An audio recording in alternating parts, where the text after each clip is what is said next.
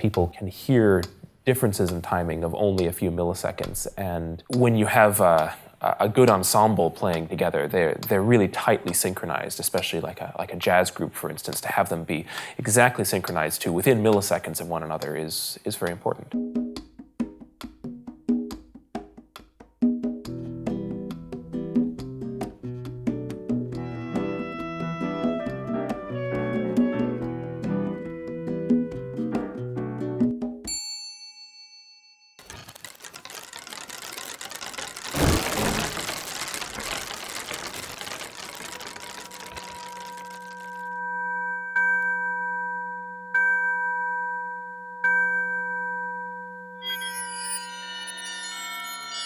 Timing accuracy is important really to any instruments, not just to digital instruments. And I think it's because time is a fundamental part of musical performance. If you're performing on an instrument, you need to be able to know exactly when the events that you're creating are going to sound. To build a digital instrument, it's incredibly important that the timing of the instrument is really predictable, and ideally also that it's as fast as possible with as low latency as possible, so that there's a very small delay between action and sound.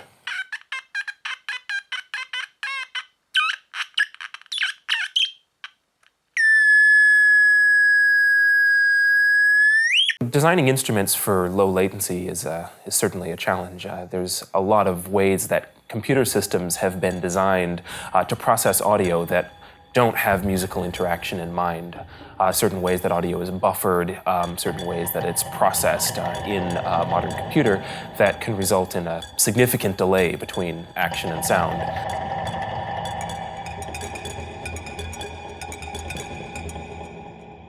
And even worse, it can result in a lot of uncertainty in the timing, potentially a variation in latency of 10 milliseconds or more. And this is something that the performer can't adjust for. If you don't know when the action that you're taking is going to sound, there's no way that you can place it precisely. And it's a really big problem. Time synchronization is really about comparing your clock with a reference. So your reference could be a clock that you understand its behavior very well, like a cesium clock, or a GPS signal will give you a very accurate time signal. And you need to compare your clock with that other clock. So you want to compare the two frequencies of the two clocks, and also a 1 pulse per second generated from each clock can be compared. And that way you know the frequency difference between the two clocks and their time difference.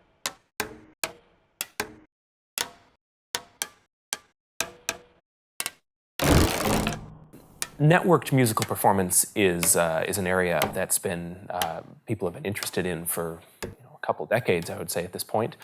And there are a lot of challenges with that, especially if you're talking about people playing in remote cities that are quite some distance from one another, where even the speed of light actually becomes a significant latency.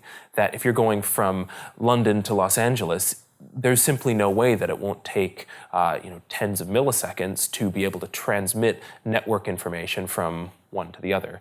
And here you end up with a really fundamental question of what does it mean to play together when you are remote from one another, and exchanging information is going to take an amount of time that is significant for musical performance.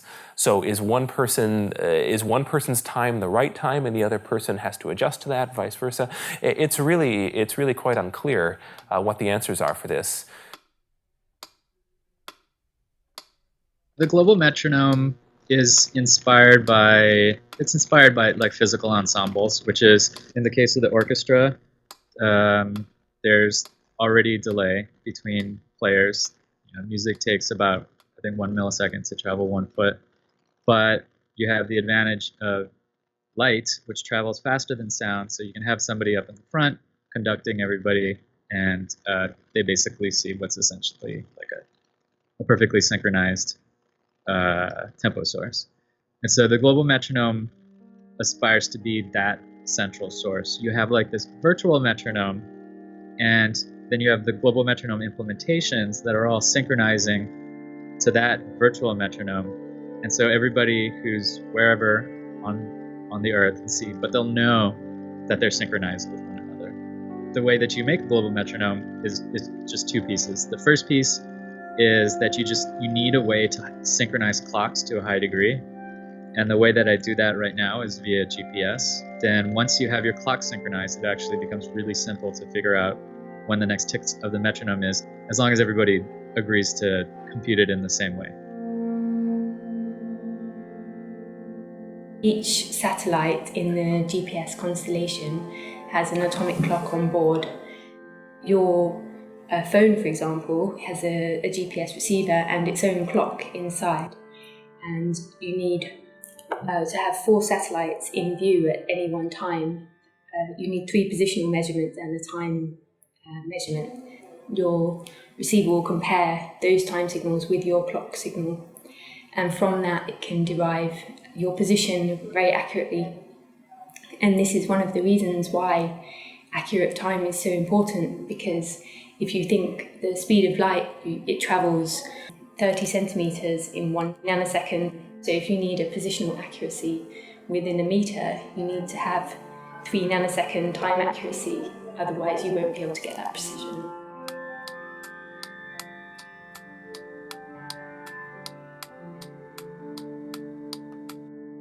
Another approach, I suppose, is to network musical instruments directly. So if we're designing an ensemble of musical instruments, maybe we're not even talking about remote networked performance. Maybe we're even talking about people within the same room, each of whom has a digital musical instrument, and these instruments communicate with one another directly, as well as the performers communicating in their performance. And there you can start to talk about synchronizing the clocks of the instruments, making events happen at the same time on each of the instruments. I suppose technically it's a little bit of an easier challenge. It's not terribly difficult to agree amongst a group of instruments located together what the master musical time is, but the question is what do you do with that information, and how much time control therefore should be reserved for the musicians and how much of it should be delegated to the machine. And so it's really as much of an aesthetic decision as it is a technical one at that point.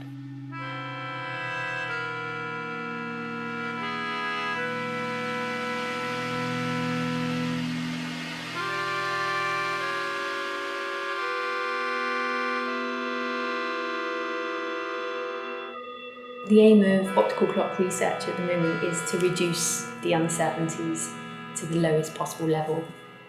As optical fibre, the stability of this time transfer method is very useful for the next generation of clocks, which will come in the future. So MPL is working on some optical-based atomic clocks. Fibre-based techniques will be used to compare these clocks at a distance, because the current standards are not good enough to compare the optical clocks. So how do you know how good your clock is if you can't compare it? So that's where the fibre comes in.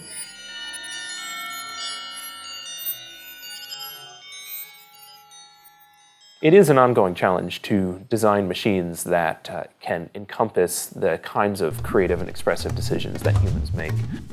You'll see different authors describe this in different ways. It can be described as control intimacy.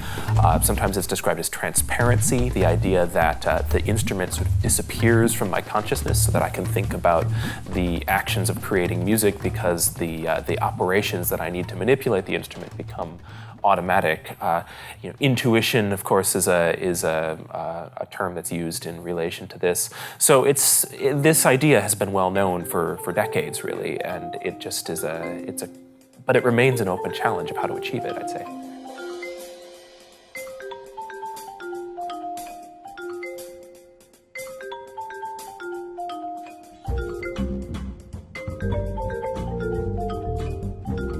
I think for designing digital musical instruments, we also need to consider which element of traditional performance we are seeking to extend or replace.